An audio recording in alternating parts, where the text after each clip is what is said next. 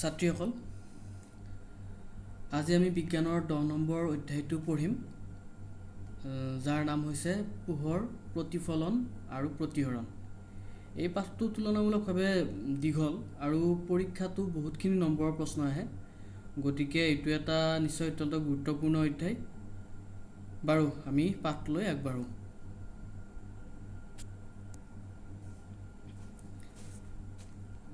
প্ৰথমতে তোমালোকে পাঠৰ নামটোলৈ চোৱা। পাঠৰ নামটো হৈছে পোহৰ, প্ৰতিফলন আৰু প্ৰতিহৰণ। নামটোৰ পৰাই আমি গমেই পাইছোঁ যে আমি এতিয়া এই পাঠটোত পোহৰৰ বিষয়ে পঢ়িম, লগতে আমি পোহৰৰ প্ৰতিফলন আৰু প্ৰতিহৰণ এই দুটা পৰিঘটনাৰ বিষয়ে পঢ়িম।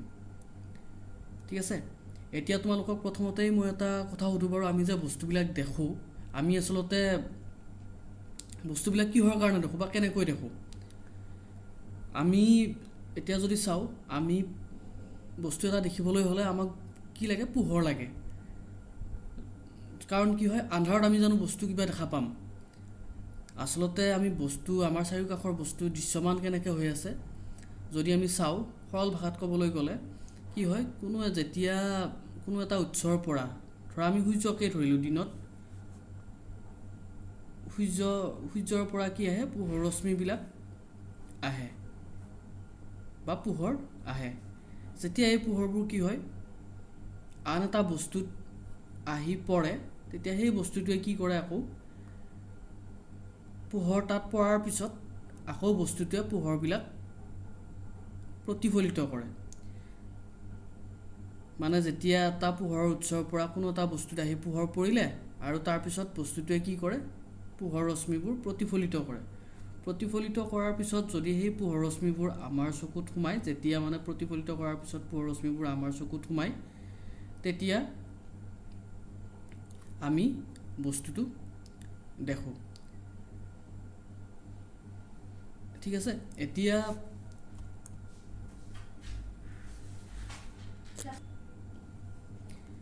আমি প্ৰথমতেই চাম, তোমালোকে আগৰ ক্লাছত পাইছাই যে পোহৰ আৰু এইবিলাক আগৰ ক্লাছত অলৰেডি তোমালোকে পায়ে আহিছা। পোহৰ কি বা প্ৰতিফলন আৰু প্ৰতিহৰণ কি, তথাপিও মই এবাৰ আওৰাই দিছোঁ বাৰু। আচলতে কি হয়, পোহৰৰ লগত জড়িত প্ৰধান দুটা পৰিঘটনা হৈছে প্ৰতিফলন আৰু প্ৰতিহৰণ। প্ৰতিফলন কাক কয়? যেতিয়া পোহৰ আহি কোনো এটা বস্তুত পৰে, তেতিয়া ই কি হয়, পোহৰটো পৰাৰ পিছত সেই বস্তুটোৱে আকৌ পোহৰটো আন এটা দিশত উভতাই পঠাই দিয়ে। যেতিয়া পোহৰ ৰশ্মি এটা বস্তুত পৰে, সেই বস্তুটোৱে আকৌ কি কৰে? আন এটা দিশত পোহৰ ৰশ্মিটো উভতাই পঠাই দিয়ে। এইটোকে আমি পোহৰ প্ৰতিফলন হোৱা বুলি ক'ব পাৰোঁ। ঠিক আছে, উদাহৰণস্বৰূপে আমি কি বুলি ক'ব পাৰোঁ? কোনবিলাক, ধৰা এতিয়া যদি আমি দাপোনৰ কথা কওঁ, আমাৰ ঘৰত যিখন সচৰাচৰ ব্যৱহাৰ হয়, সেই দাপোনখনে কি কৰে? তাত যিখিনি ৰশ্মি আপতিত হৈছে তাৰ বেছিখিনিয়েই সি প্ৰতিফলিত কৰিব পাৰে। সেইটো এটা সচৰাচৰ আমি দেখি থকা বা সহজতে বুজি পোৱা এটা উদাহৰণ। আৰু প্ৰতিহৰণ হৈছে কি? কেতিয়াবা কি হয়, পোহৰ ৰশ্মিবিলাক প্ৰতিফলিত নহয়, ই কি হৈ যায়, মাধ্যম বাৰু এতিয়া মাধ্যম বুলি নকওঁ, কোনো এটা বস্তুৰ মাজেৰে ই কি হৈ যায়, কেতিয়াবা পাৰ হৈ যায়।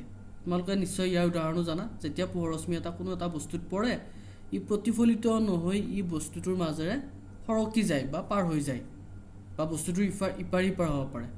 এইটোকে প্ৰতিহৰণ বুলি কোৱা হয়। এতিয়া যদি আমি সাধাৰণতে দেখি থকা উদাহৰণৰ কথা কওঁ, ধৰা খিৰিকীৰ গ্লাছখনৰ মাজেৰে কি হ'ব পাৰে? আমি দেখোঁ খিৰিকীৰ গ্লাছখনৰ মাজেৰে, বা গাড়ীৰ সন্মুখৰ গ্লাছখনেৰে আমি কি ইপাৰ সিপাৰ দেখা পাওঁ। গতিকে তাত অৰ্থাৎ কি হয়, পোহৰ মানে সৰকি যাব পাৰে বা পোহৰ ইপাৰ সিপাৰ হ'ব পাৰে। এই পৰিঘটনাটোকে কি কয়? প্ৰতিহৰণ হোৱা বুলি কয়। প্ৰতিফলন হ'লে বস্তুটোত লাগি আকৌ ই আন এটা দিশত ঘূৰি যায়। আনহাতে প্ৰতিহৰণত কি হয়, ই বস্তুটোৰ মাজেৰে, যিটো বস্তুত পোহৰ ৰশ্মিটো পৰে, সেই বস্তুটোৰ মাজেৰে ই আকৌ পাৰ হৈ যায়। পোহৰ ৰশ্মিটো ই প্ৰতিফলিত নহয়, এইবাৰ কি হয়, ই বস্তুটোৰ মাজেৰে পাৰ হৈ যায়। এইটোকে আমি প্ৰতিহৰণ হোৱা বুলি কওঁ পোহৰৰ।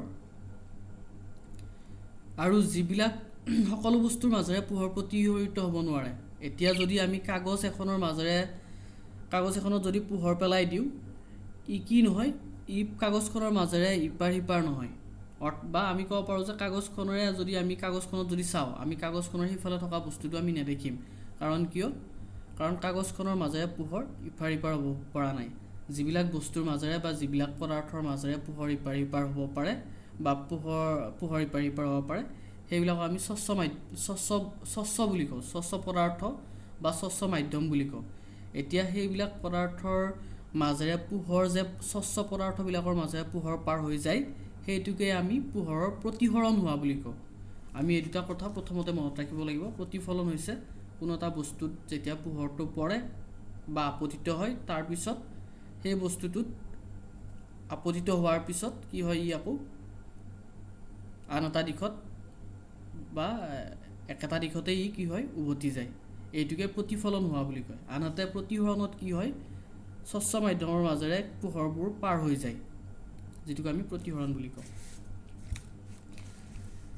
এতিয়া তোমালোকে আগৰ ক্লাছবিলাকত পাইছা যে সমতল দাপোনৰ কথা পাই আহিছিলোঁ। আমি ইয়াৰ আগলৈকে যিবোৰ মানে পোহৰৰ প্ৰতিফলন আৰু প্ৰতিসৰণ এইবিলাক আমি সমতল দাপোনৰ ক্ষেত্ৰত আমি পাইছিলোঁ। সমতল দাপোনৰ ক্ষেত্ৰত কি হয়, সমতল দাপোন হৈছে কি, যিখন আমাৰ ঘৰত ব্যৱহাৰ কৰা যিখন দাপোন, সেইখনক সমতল দাপোন, সেইখনো এখন সমতল দাপোন।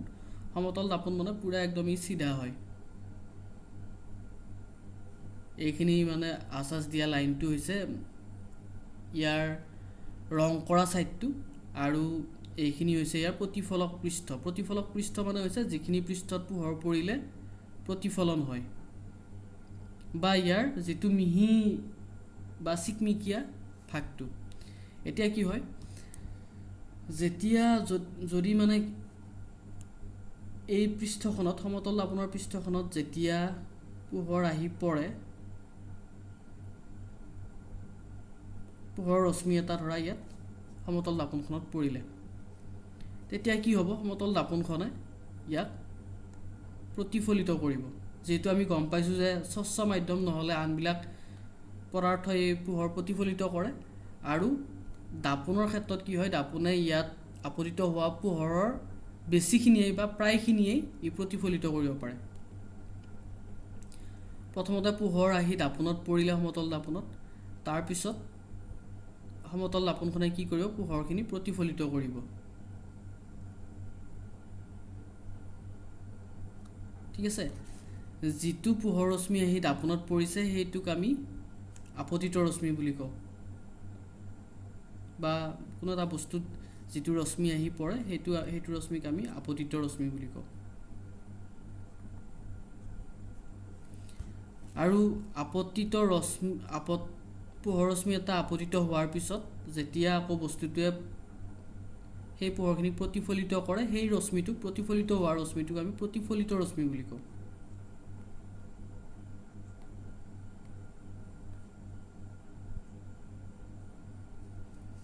ইয়াত মই কাৰ চিন দিছোঁ যাতে বুজি পোৱা যায়। এইটো আহি ইয়াত পৰিছেহি, আপতিত ৰশ্মিটো আহি দাপোনত পৰিছে, আৰু প্ৰতিফলন হোৱাৰ পিছত প্ৰতিফলিত ৰশ্মিটো এনেকৈ ঘূৰি গৈছে। এতিয়া এইখন এখন সমতল দাপোন। আপতিত ৰশ্মিটো যিটো বিন্দুত আহি লগ লাগিছিল, সেই বিন্দুটোত এতিয়া যদি আমি এডাল কি আঁকিব পাৰোঁ, অভিলম্ব এডাল আঁকিব পাৰোঁ। অভিলম্ব অৰ্থাৎ মানে কি, অভিলম্বডাল আন একো নহয়, এডাল কাল্পনিক, এইটো আচলতে এতিয়া কাল্পনিক ৰেখা হয়, কাল্পনিক ৰেখাখণ্ড বুলি ক'ব পাৰি। ইয়াত কি হয়, আমি কেনেকৈ আকৌ অভিলম্বডাল কোনটো বিন্দুৰ পৰা আকৌ এই আপতিত ৰশ্মি আহি যিটো বিন্দুত, দাপোনখনৰ যিটো বিন্দুত পৰিছিল, সেই বিন্দুটোত আমি অভিলম্বডাল আঁকো। অভিলম্বডাল মানে তোমালোকেতো জানাই যে এডাল ৰেখাখণ্ডৰ ওপৰত বা ৰেখাৰ ওপৰত আমি এডাল লম্ব আঁকিব পাৰোঁ। সেই একে নিচিনাই আমি সমতল দাপোনখনৰ ওপৰত এডাল অভিলম্ব কল্পনা কৰি লৈছোঁ। মানে কি হ'ব লাগে, ইয়াৰ যেতিয়া অভিলম্বডাল আঁকো তেতিয়া এই দাপোনৰ লগত যাতে ই 90 ডিগ্ৰী কোণ কৰি থাকে, আৰু কোনটো বিন্দুৰ পৰা হ'ব লাগিব, যিটো বিন্দুত আপতিত ৰশ্মিটো পৰিছে। এতিয়া আপতিত ৰশ্মি যিটো বিন্দুত পৰিছে, সেই বিন্দুত যেতিয়া সমতল দাপোনখনৰ লগত 90 ডিগ্ৰী কোণ কৰি আমি লম্ব এডাল আঁকো, সেইডালক আমি অভিলম্ব বুলি কৈছোঁ। অভিলম্ব এডাল কাল্পনিক। এতিয়া এই আপতিত ৰশ্মিটোৱে অভিলম্বডালৰ লগত এটা কোণ কৰি আছে, এইটো কোণ, আৰু প্ৰতিফলিত ৰশ্মিটোৱেও অভিলম্বডালৰ লগত এটা কোণ কৰি আছে, এইটো কোণ। তোমালোকে চাগে আগতেও পাইছা, পোহৰৰ প্ৰতিফলনৰ দুটা সূত্ৰ আছে। এই দুটা হৈছে কি, এই আপতন কোণ যিটো আছে এইটো কোণক আমি আপতন কোণ বুলি ক'ম। কোনটো কোণক? আপতিত ৰশ্মিয়ে এই অভিলম্বডালৰ লগত যিটো কোণ কৰি আছে সেইটোক আমি আপতন কোণ বুলি ক'ব পাৰোঁ।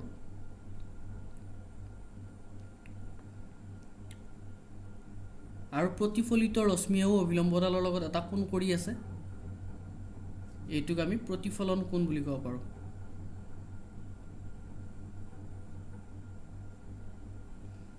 এতিয়া পোহৰৰ প্ৰতিফলনৰ সূত্ৰ অনুযায়ী বা সূত্ৰ মতে এই আপতন কোণ আৰু প্ৰতিফলন কোণৰ মান সদায় সমান হয়। অৰ্থাৎ এই কোণটোৰ মান যদি মোৰ এতিয়া আঁকোতে ইয়াত সমান হোৱা নাই, কাৰণ মই এইটো ভালদৰে জোখমাখ কৰি আঁকা নাই, সেইকাৰণে ইয়াত দেখাত সমান হোৱা নাই, কিন্তু এই দুটা সদায় সমান হয়। অৰ্থাৎ যদি আপতন কোণৰ মান যদি ধৰা হ'ল, আপতন কোণৰ মানটো যদি 45 ডিগ্ৰী হয়, তেতিয়া এই প্ৰতিফলন কোণৰ মানটো কিমান হ'ব লাগিব? 45 ডিগ্ৰী হ'ব লাগিব। এইটো আছিলে পোহৰৰ প্ৰতিফলনৰ প্ৰথমটো সূত্ৰ। আনহাতে দ্বিতীয়টো সূত্ৰ মতে কি হয়? প্ৰথম সূত্ৰটো হ'ল যে কি, আপতন কোণ সদায় প্ৰতিফলন কোণৰ সমান।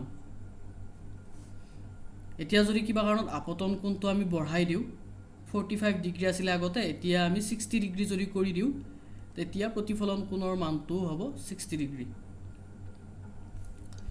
এইটো আছিলে পোহৰৰ প্ৰতিফলনৰ প্ৰথমটো সূত্ৰ। 2 নম্বৰ সূত্ৰ মতে কি হয়, সেইটো মানে আমি দেখিয়ে আছোঁ যে কি হৈছে, প্ৰথমতে আপতিত ৰশ্মিটো আহি দাপোনৰ এটা বিন্দুত পৰিছেহি, ঠিক সেইটো বিন্দুৰ পৰাই আকৌ প্ৰতিফলিত ৰশ্মিটো ওলাই যায়, সেই একেটা বিন্দুৱেই। এইটো বিন্দুক যদি মই এম এটা ধৰা নাম এটা দি দিলোঁ, এইটো বিন্দুৰ নাম দিলোঁ মই এম, বা যিকোনো নাম দিব পাৰি, ABCD যিকোনো নাম দিলোঁ, মই ধৰি লৈছোঁ এইটো বিন্দুটো এম। এতিয়া আপতিত ৰশ্মিটো আহি এম বিন্দুত, দাপোনৰ এম বিন্দুত পৰিছিলেহি, আৰু ঠিক সেই বিন্দুৰ পৰাই, সেই এম বিন্দুৰ পৰাই আকৌ আমাৰ প্ৰতিফলিত ৰশ্মিটো ওলাই গৈছে। আৰু আমি যে এডাল অভিলম্ব কল্পনা কৰি লৈছোঁ বা অভিলম্ব এডাল আঁকি লৈছোঁ, সেই অভিলম্বডালো আমি কোনটো বিন্দুৰ পৰা আঁকিছোঁ? এম বিন্দুৰ পৰা। গতিকে আমি দেখিলোঁ কি, আপতিত ৰশ্মি, প্ৰতিফলিত ৰশ্মি আৰু এই আপতন বিন্দুটোত যিডাল অভিলম্ব আমি আঁকিছোঁ, সেই গোটেইকেইডাল ক'ত আছে? একেখন সমতলতেই আছে। সমতল কোনখন? এইখন সমতল। এই দাপোনখনক এখন সমতল বুলি ধৰি লৈছোঁ। এই আপতিত ৰশ্মি, প্ৰতিফলিত ৰশ্মি আৰু অভিলম্বডাল একেখন সমতলত থাকে, ঠিক আছে। এইটো হৈছে পোহৰৰ প্ৰতিফলনৰ দ্বিতীয়টো সূত্ৰ। পোহৰৰ প্ৰতিফলনৰ সূত্ৰ, এইটো আছিল প্ৰথমটো। প্ৰথমটো আছিলে আপতন কোণ প্ৰতিফলন কোণৰ সমান হয়, আৰু দ্বিতীয়টো আমি দেখিলোঁ যে কি হয়, আপতিত ৰশ্মি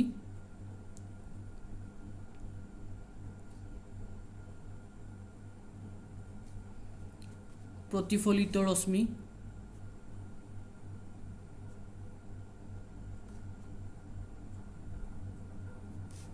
আৰু যিডাল আমি অভিলম্ব আঁকিছিলোঁ, আপতন বিন্দুত যিডাল আমি অভিলম্ব আঁকিছিলোঁ, এইটো আপতন বিন্দু বুলি কয়, কাৰণ আপতিত ৰশ্মিটো আহি এই বিন্দুটোত পৰিছেহি, গতিকে এইটোক আপতিত বিন্দু বুলি কয়। আপতিত বিন্দুত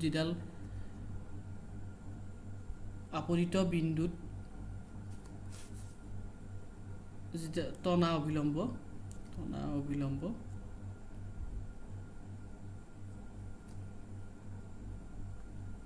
একেখন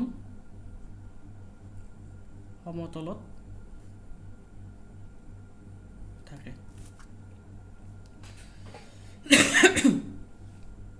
এতিয়া এইকেইটা আছিল পোহৰৰ প্ৰতিফলনৰ সূত্ৰ। কেনেকুৱা দাপোনৰ ক্ষেত্ৰত? সমতল দাপোনৰ ক্ষেত্ৰত, যিটো তোমালোকে অলৰেডি পাই আহিছা। এতিয়া আমি তোমালোকৰ এই যিটো 10 নম্বৰ অধ্যায় পোহৰৰ প্ৰতিফলন আৰু প্ৰতিহৰণ, ইয়াতো আমি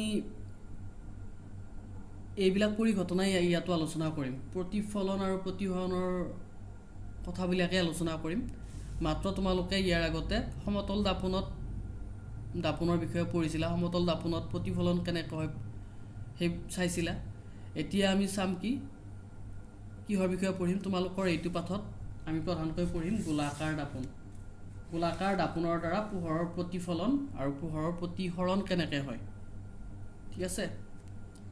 ইয়াত আমাৰ মেইন তোমালোকে এতিয়া নতুনকৈ পাবা গোলাকাৰ দাপোনৰ কথা। গোলাকাৰ দাপোনৰ কথা, দাপোন। এতিয়া চাম আমি গোলাকাৰ দাপোন আচলতে কি বস্তু। আমিতো দাপোন মানে কি জানো, এতিয়া গোলাকাৰ দাপোন কি বস্তু। দাপোনৰ দৰে গোলাকাৰ দাপোনেও কি কৰে, পোহৰৰ প্ৰতিফলন ঘটায়। বা গোলাকাৰ দাপোনত যেনেকৈ আমি আইনাখনত কি দেখোঁ, আমি যদি আইনাখনৰ আগত বা আমাৰ ঘৰত যিখন আমাৰ সমতল দাপোন থাকে তাৰ আগত থিয় হওঁ, তেতিয়া আমি নিজৰ প্ৰতিবিম্বটোৱে দেখোঁ। বা আন এটা বস্তু যেতিয়া আমি দাপোনখনৰ আগত ৰাখোঁ, তেতিয়া আমি তাত কি দেখোঁ, সেই বস্তুটোৰ প্ৰতিবিম্বটো দেখোঁ। ঠিক তেনেকৈ গোলাকাৰ দাপোনৰ আগতো যদি তুমি সন্মুখতো যদি কিবা এটা বস্তু ৰাখা, তেতিয়া তাৰ প্ৰতিবিম্বটো দেখা যায়। কিন্তু ইয়াৰ প্ৰতিবিম্ব যেনেকৈ গঠন হয় সমতল দাপোনত, বা সমতল দাপোনত যেনেকৈ লক্ষ্য বস্তু এটা ৰাখিলে আমি প্ৰতিবিম্বটো যেনেকৈ দেখোঁ, গোলাকাৰ দাপোনৰ ক্ষেত্ৰত সেইটো অলপমান পৃথক হয়। কাৰণ গোলাকাৰ দাপোনখনৰ আকৃতিটো সমতল দাপোনতকৈ বহুতখিনি বেলেগ। এতিয়া গোলাকাৰ দাপোন আচলতে কি সেইটো আমি চাম। গোলাকাৰ দাপোন কি, ধৰি লৈছোঁ মই প্ৰথমতে এটা গোলক আঁকিলোঁ বা বৃত্ত এটা আঁকিছোঁ। এতিয়া মানে ইয়াত মই গোলক আঁকিব নোৱাৰিম, সেইকাৰণে মই বৃত্ত এটা আঁকিছোঁ।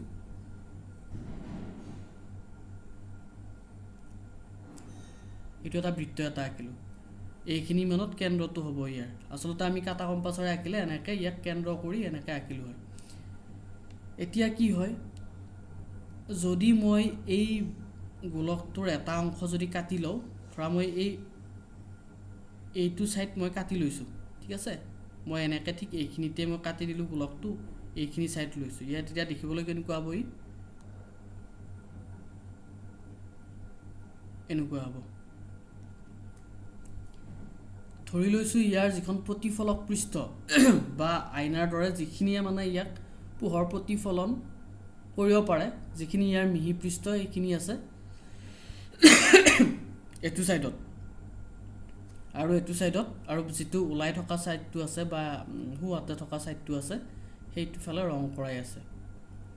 ইয়াৰ সোমাই যোৱা পিঠিখনে কি কৰে, ইয়াৰ প্ৰতিফলক পৃষ্ঠ বা এই সোমাই যোৱা পিঠিখনেহে পোহৰ প্ৰতিফলন কৰিব পাৰে। এতিয়া এইখনক এনেকুৱা ধৰণৰ দাপোনক এইখন এখন গোলাকাৰ দাপোন, আৰু এইখন দাপোনৰ নাম হৈছে অৱতল দাপোন। অৰ্থাৎ অৱতল দাপোনবিলাক কেনেকুৱা, যে ইহঁতৰ প্ৰতিফলক পৃষ্ঠখন সোমাই যোৱা বুলি ক'ব পাৰি,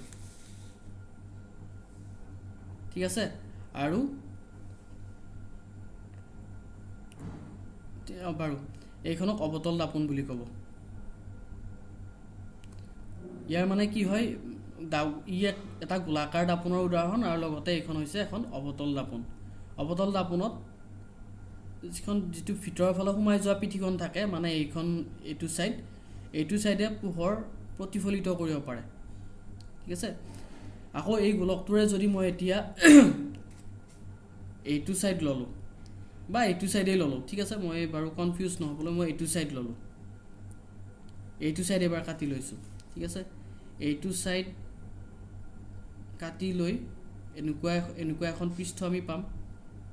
এইখনৰ নিচিনাই এইখনো এনেকুৱা এখন পৃষ্ঠ পালোঁ। এতিয়া যদি আমি ইয়াৰ ভিতৰৰ ফালটো ৰং কৰি দিওঁ, আৰু ইয়াৰ যি ওলাই থকা পিঠিখনেহে ইয়াৰ প্ৰতিফলক পৃষ্ঠ বা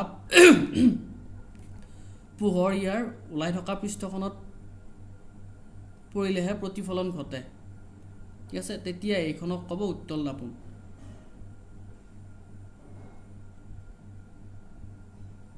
এই দুইখনেই গোলাকাৰ দাপোন উত্তল দাপোনো এখন গোলাকাৰ দাপোনৰ উদাহৰণ আৰু অৱতল দাপোনো এখন গোলাকাৰ দাপোন কিন্তু ইহঁত দুটাৰ মাজৰ পাৰ্থক্যটো হৈছে কি ইয়াৰ যিখন পৃষ্ঠই প্ৰতিফলন কৰিব পাৰে সেইখন পৃষ্ঠ অৱতল দাপোনত ভিতৰৰ ফালে এনেকৈ সোমাই থাকে আৰু উত্তল দাপোনত কি হয় বাহিৰৰ ফালে ওলাই থকা পৃষ্ঠখনে পোহৰৰ প্ৰতিফলন কৰিব পাৰে বা প্ৰতিফলক পৃষ্ঠখন ইয়াৰ বাহিৰৰ ফালে ওলাই থকা পৃষ্ঠখন ঠিক আছে এতিয়া আমি গম পালোঁ যে উত্তল দাপোন কাক বোলে আৰু অৱতল দাপোন কাক বোলে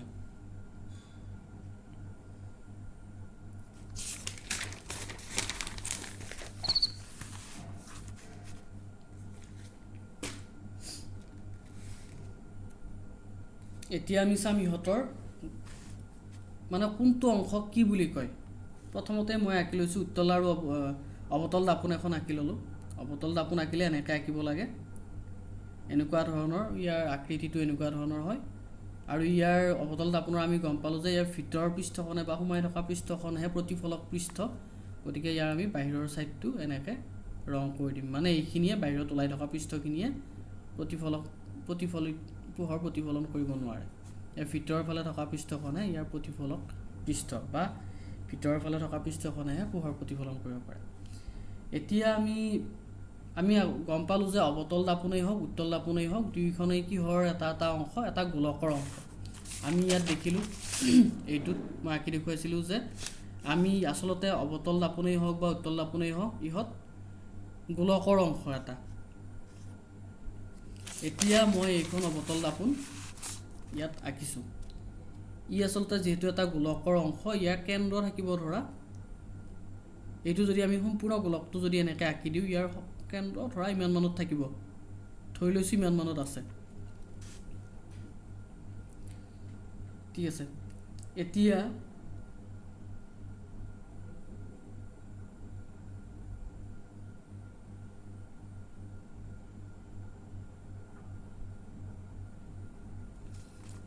এই দাপোনখনৰ অৱতল দাপোনখনৰ ঠিক মাজৰ অংশটো এই মাজৰ অংশটো কি বোলে মেৰু এইটো অংশ গোলাকাৰ দাপোনখনৰ বা অৱতল দাপোনখন উত্তল দাপোনৰ ক্ষেত্ৰতো সেই একেই ঠিক মাজৰ অংশটো কি বোলে মেৰু যাক পি আখৰে লিখা হয় তাৰপিছত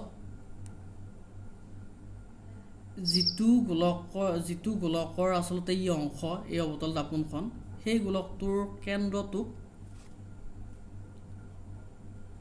ভাঁজকেন্দ্ৰ বুলি কোৱা হয় ভাঁজকেন্দ্ৰ যাক আমি চি আখৰে লিখোঁ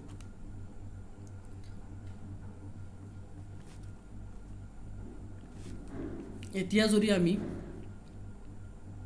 ভাঁজকেন্দ্ৰ আৰু মেৰুৰ মাজেৰে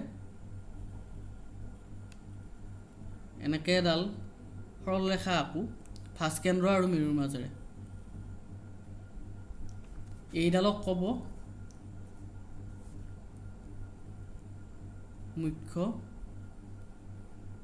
অক্ষ